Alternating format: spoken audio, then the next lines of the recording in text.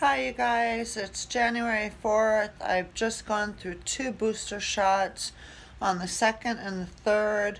My schedule was a little messed up. It was supposed to be consistent for 2 months, twice a week, and we're straightening that out now because as of now, I have to wait 3 months and 3 weeks. Sorry, not 3 months, and that's not going to do my body good.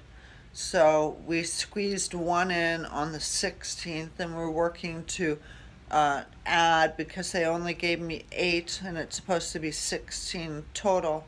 But I've done a lot of videos on ketamine, but I've never given my background. This is where they took the port where I had the dangling, and we just have it covered up now so it doesn't get infected. But this is my cancer arm. You could see the big long scar and just bone. I had muscle transplant and I had a double mastectomy, and they reconstructed both. They can only take one muscle, so where this scar is, it's on my back. It's just ribs poking out, and then on this shoulder you can see it's normal compared to that shoulder. And that's how I got RSD, was when they removed sarcomas. I had muscle cancer, and the largest one was the size of a huge grapefruit. I was begging the hospital to do a biopsy, and that kept saying it would be too rare to have cancer there at my age, that the only cancer would be rhabdomyosarcoma, and that it only affected children and usually boys, rarely girls.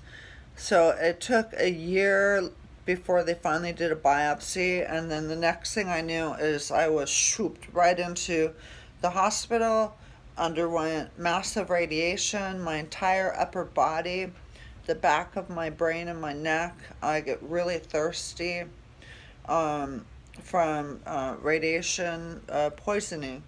And the tumors were in my shoulder, across my pectoralis, bicep tendon, deltoid, and into the pectoralis of the breast muscle. And that's when they cut the sympathetic nerve, which is part of CRPS. You have the sympathetic and the parasympathetic, and both are affected. And it started with the right arm, then the entire right side, and then crossed over into my left side about 20 years ago. So I'm full body, and my organs are affected. My bladder, I have neurogenic bladder, and my bowels are affected. My eyesight is affected. My GI tract is really bad, and so I live constantly in pain. I also herniated my disc when I was 18, and I have a 6 millimeter bulging disc in the C2. I'm too afraid of becoming a paraplegic because it's so high up to have the surgery. So I've been declining surgery on my neck until I just cannot take it anymore. I get epidurals and ganglion stellate blocks and lidocaine infusions to help with the pain, and my pain medication. And I am now searching for a new doctor, as he has retired at 87. And I'm shaking the phone. Hold on. And so right now, under a lot of stress,